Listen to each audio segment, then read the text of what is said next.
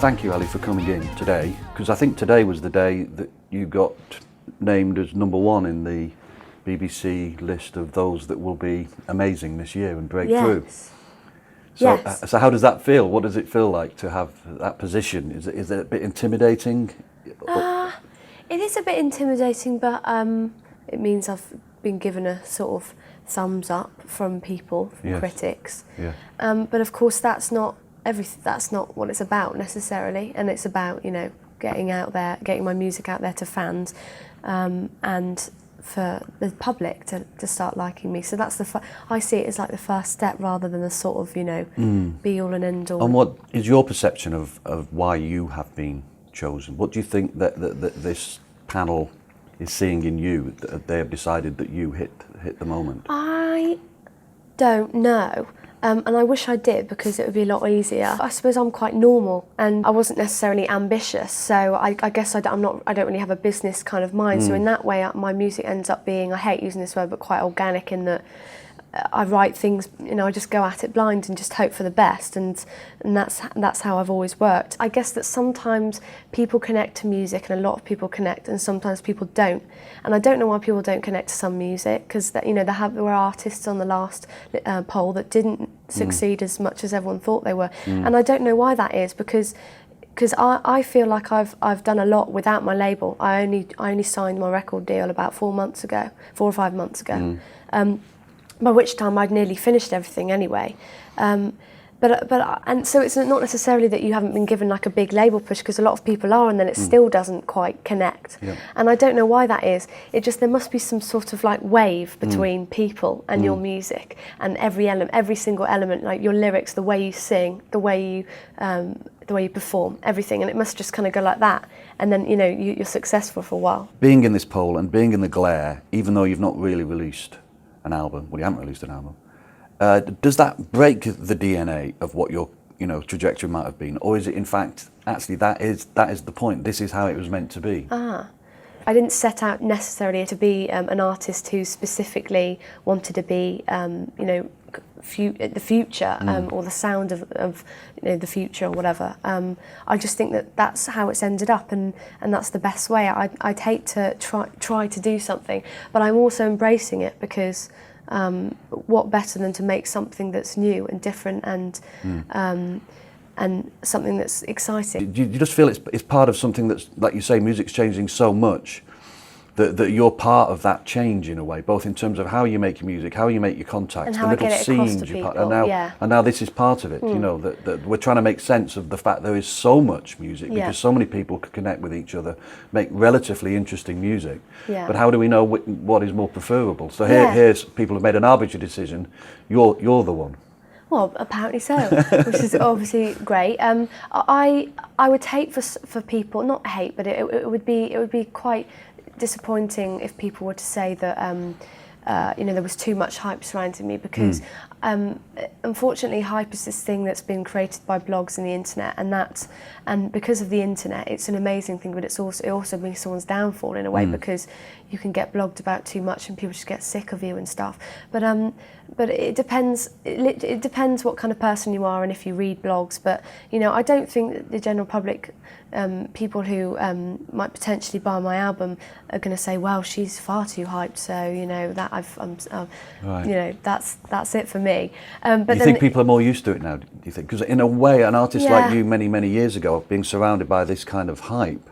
Yeah, but it would be a different kind of hype. It would be, you in papers and magazines and on the TV. But now it's just, internet is used by so many people, and there's so much downloading that it's become the way, and more people are getting iPods, and more people are finding their music, and so it's kind of they're more attracted to internet stuff. But I guess there's more ways of finding out music. You can get things like Track in a Box. You get a track sent to you every day, and you find out things that way. And me personally, personally, I do feel like there's so much music that that it's impossible for me as a maker of new music to be completely aware of everything. I just go on random recommendations that people give me, and I might discover something for myself. But I think that's the best way, because you can get just inundated with you just get so much stuff thrown at you that you do end up getting annoyed with things, and you're inevitably going to think that things are sounding the same, or there's too many female artists out there. But what is it like as a writer, as a musician, at a time when there is this glut? I mean, once upon a time, and again, I'm showing my age, and I apologise for this, but I can't help it,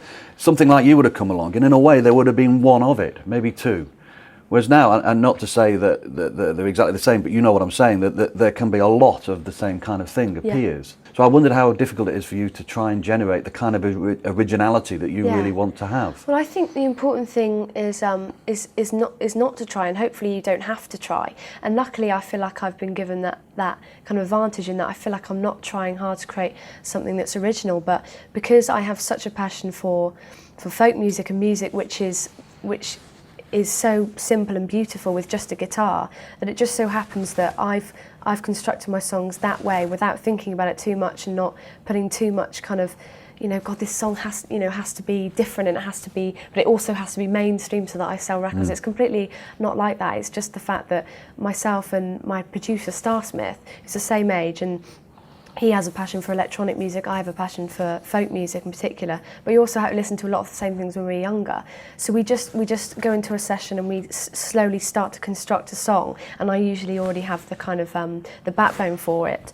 But I think, I mean, it's easy enough for me to say this, but I think the best thing is not to try hard, because you can almost tell, and I think that's where the break of connection between you and your listeners, and that's where the break comes, because they can't connect, because they can, I don't know, almost sense that it's like too try hard or whatever. So I guess on a more kind of simple level, my voice is quite different, so I can sound a little bit different from other people, but then I get told that my song sounds like a song from the 80s, but of course I wouldn't necessarily know what it is, so that you can't accuse me of copying something when I sort of don't. But the references that are being used, which we may or may not mention, the Björky ones, I've mentioned them now, the Bushy ones and everything, are they actually a direct influence on you, or in fact are things that you've been inspired by, not necessarily those that people keep mentioning?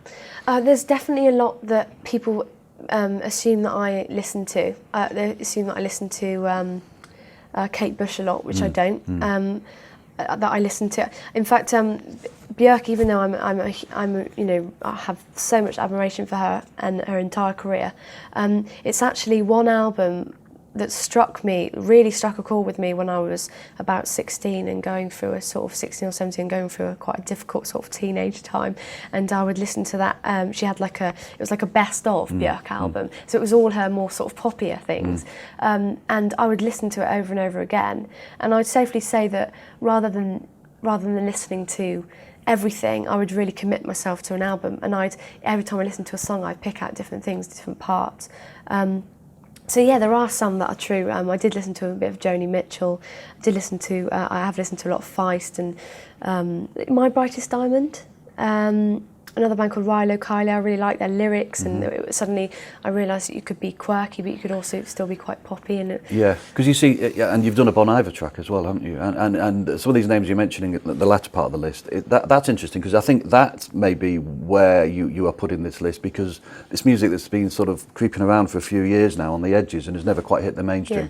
Yeah. I think now something like you is a symbol of it beginning to actually hit the mainstream. Maybe it may be a symbol that things are starting to, or it could be either way. It could be that just that I've done it, and then that might be it for a few years, and it might just remain the same, or it might be that I could be the beginning of something. But maybe it could be that I have a very kind of unique a sort of way in that I've listened to a hell of a lot of quite obscure folk music and Björk, but then I also really love pop music, but I refuse to let one of them overtake the other. Yeah. So I think that's why I seem to have been given this appreciation in blogs and in a lot of Enemy and sort of more of an indie area, and then also I seem to have this sort of pop thing as well.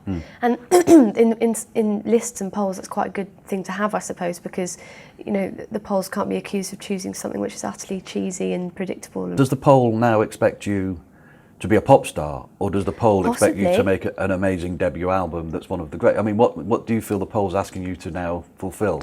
I think maybe the poll. I remember Adele when she first came out, and I remember first listening to her MySpace, and it reminded me a lot of me actually.